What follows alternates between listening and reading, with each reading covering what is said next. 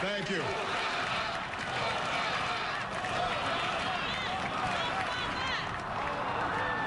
My fellow citizens, I stand here today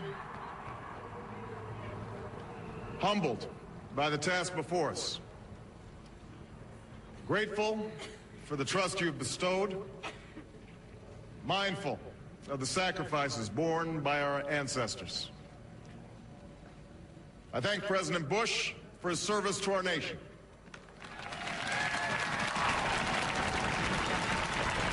As well as the generosity and cooperation he has shown throughout this transition. 44 Americans have now taken the presidential oath. The words have been spoken during rising tides of prosperity and the still waters of peace. Yet, every so often, the oath is taken amidst gathering clouds and raging storms.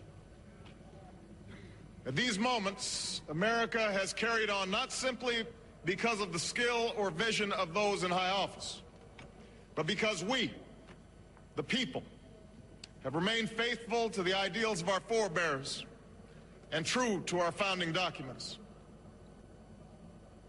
So it has been, so it must be with this generation of Americans. That we are in the midst of crisis is now well understood. Our nation is at war against a far-reaching network of violence and hatred. Our economy is badly weakened, a consequence of greed and irresponsibility on the part of some, but also our collective failure to make hard choices and prepare the nation for a new age. Homes have been lost, jobs shed, businesses shuttered. Our health care is too costly, our schools fail too many, and each day brings further evidence that the ways we use energy strengthen our adversaries and threaten our planet. These are the indicators of crisis, subject to data and statistics. Less measurable, but no less profound, is a sapping of confidence across our land. A nagging fear that America's decline is inevitable, that the next generation must lower its sights. Today, I say to you that the challenges we face are real. They are serious and they are many. They will not be met easily or in a short span of time. But know this, America, they will be met.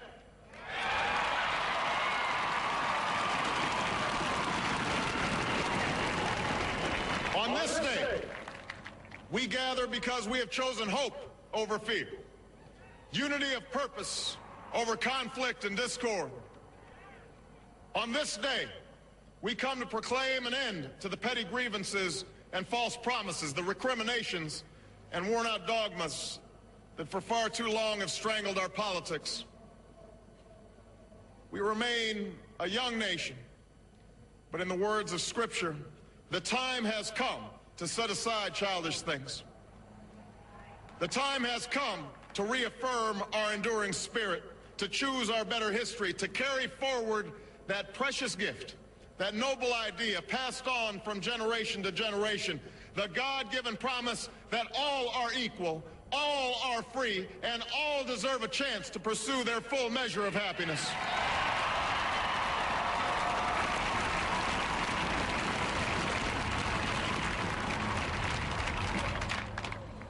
In reaffirming the greatness of our nation, we understand that greatness is never a given. It must be earned. Our journey has never been one of shortcuts or settling for less.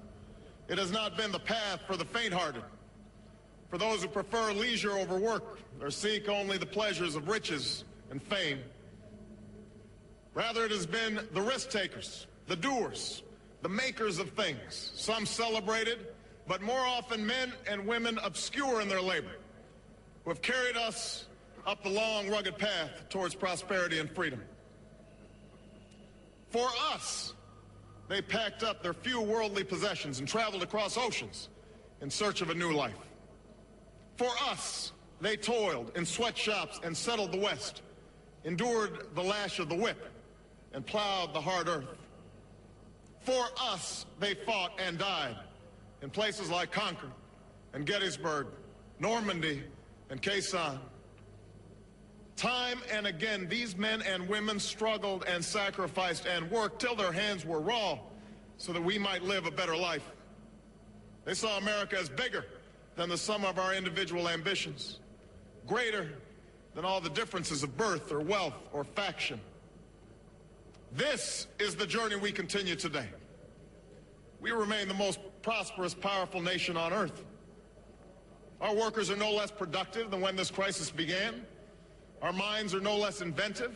Our goods and services no less needed than they were last week or last month or last year. Our capacity remains undiminished. But our time of standing pat, of protecting narrow interests and putting off unpleasant decisions, that time has surely passed. Starting today, we must pick ourselves up, dust ourselves off, and begin again the work of remaking America.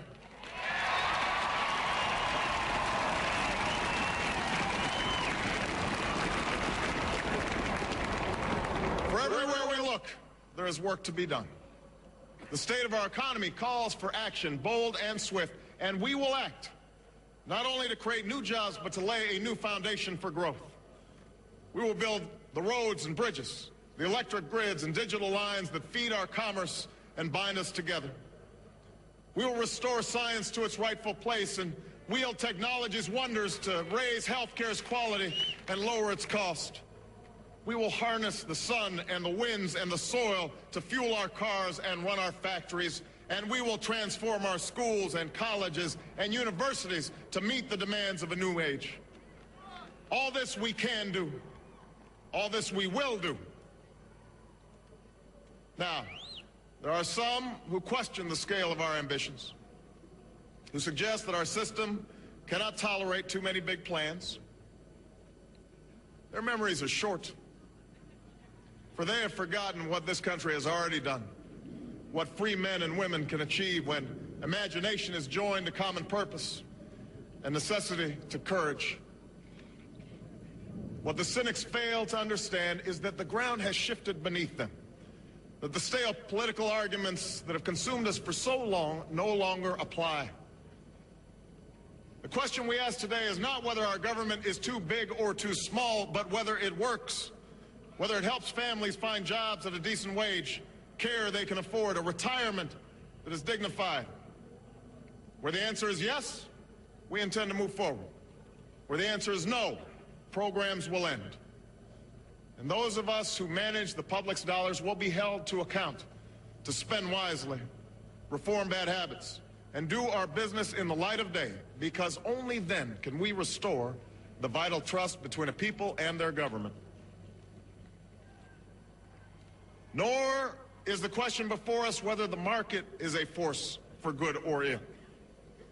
Its power to generate wealth and expand freedom is unmatched. But this crisis has reminded us that without a watchful eye, the market can spin out of control. The nation cannot prosper long when it favors only the prosperous. The success of our economy has always depended not just on the size of our gross domestic product, but on the reach of our prosperity, on the ability to extend opportunity to every willing heart. Not out of charity, but because it is the surest route to our common good.